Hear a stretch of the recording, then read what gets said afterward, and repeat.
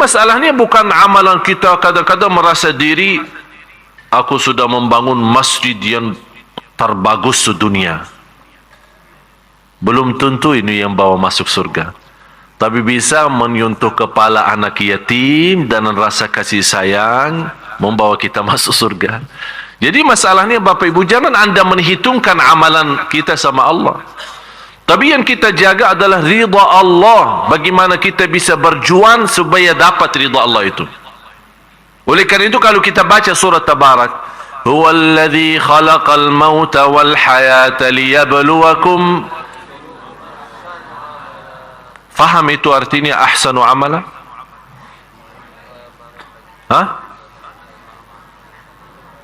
Sebaik-baik amal ya, bukan sebanyak amal.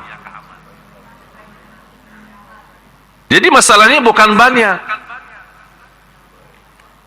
masalahnya baik, tulus, ikhlas, biarpun sederhana, semampu kita.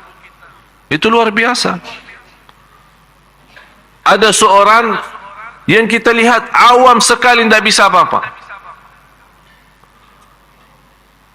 tapi perhatiannya kepada tetangganya luar biasa. Tak pernah salat malam, tak pernah. Malah ada satu cerita dalam Musnad Imam Ahmad, disebutkan dalam Musnad Imam Ahmad, bagaimana seorang sahabat, ada riwayat Abdullah bin Umar, ada riwayat Amr bin Al-As, ada riwayat Abdullah bin Amru.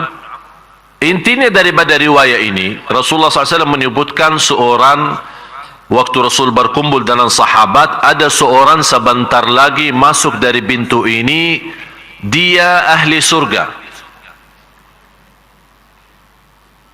Kalau Rasul berkata seorang ahli surga, itu sudah terjamin.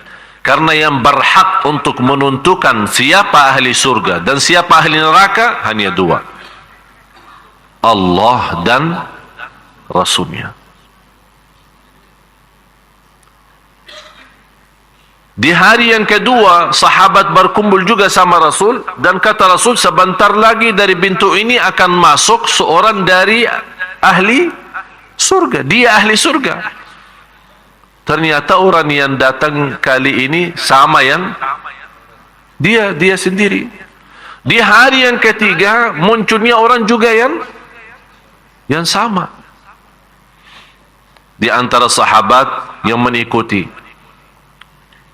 Tapi orang itu tidak mendengar apa kata Rasul. Dia ahli surga. Begitu beliau keluar, diikutin sama seorang sahabat. Ada riwayat Abdullah bin Umar, ada riwayat Amr bin As, ada riwayat Abdullah bin Amru. Diikutin. Dan minta ninap di rumahnya. Diizinkan minta ninap di rumahnya. Ninap di rumahnya. Tapi dia ninap di rumahnya, dia mau tahu. Coba lihat Bapak Ibu, saya mengambil pelajaran dari cerita ini. Begitu semangatnya sahabat mencari amalan-amalan, berlomba-lomba, sungguh-sungguh, mana amalan yang bisa mendapatkan ridha Allah. Sampai dia tinggalin keluarganya, tinggalin urusan, mau ninap di rumah orang, dia mau tahu kelebihannya apa, sampai dapat 3 kali disebut ahli surga oleh Rasulullah. Akhirnya ikut, malah orangnya tidur, sahabat nitip melihat ini tidur apa enggak. Malah sahabat ini tidak tidur.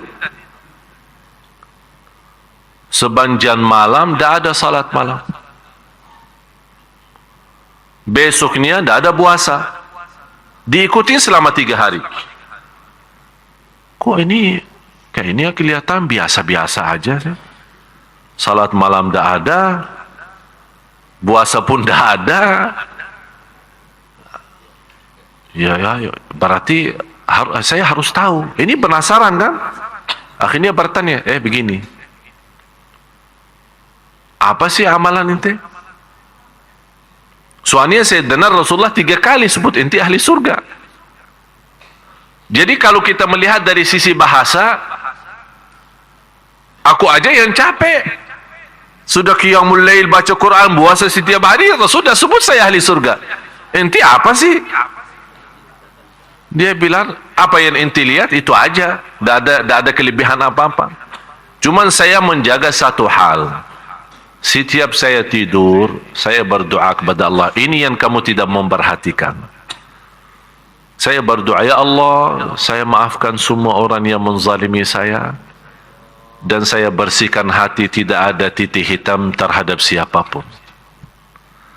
Langsung kata sahabat, itu dia. Dan susah dilaksanakan. Susah? Ya memang. Manusia terlalu menahan dendam ya. Begitu dia punya kesempatan, habis-habisan. Bisa kita pura-pura maafin orang, tapi hati kita belum ikhlas. Apalagi kalau diikutin, ayo sudah, atas nama saya Ali Jabir, udah maafin. Ya udah, saya maafin. Tapi hatinya bahasa lain. Berat. Memang sifat manusia berat, suka menahan dendam itu. Sakit hati itu tidak bisa dilepas. Oleh karena itu begitu, bisa orang manusia yang sudah sifatnya rendah seperti ini, dia bisa tinggalkan kerindahan itu, menjadi manusia istimewa. Allah hargai dalam surga. Seperti perbuatan tadi.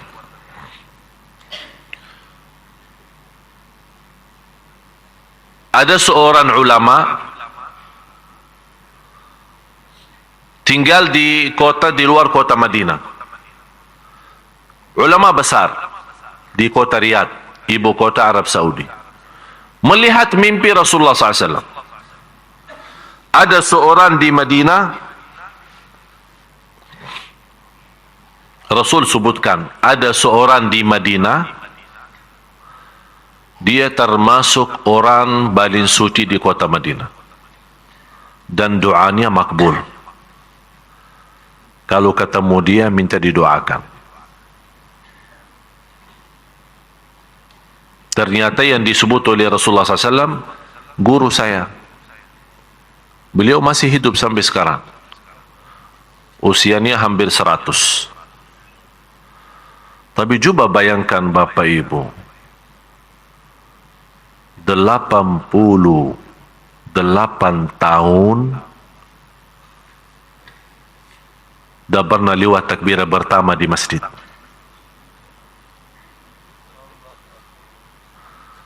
88 tahun menajar Al-Quran di Masjid Nabawi. Dari subuh sampai Isya.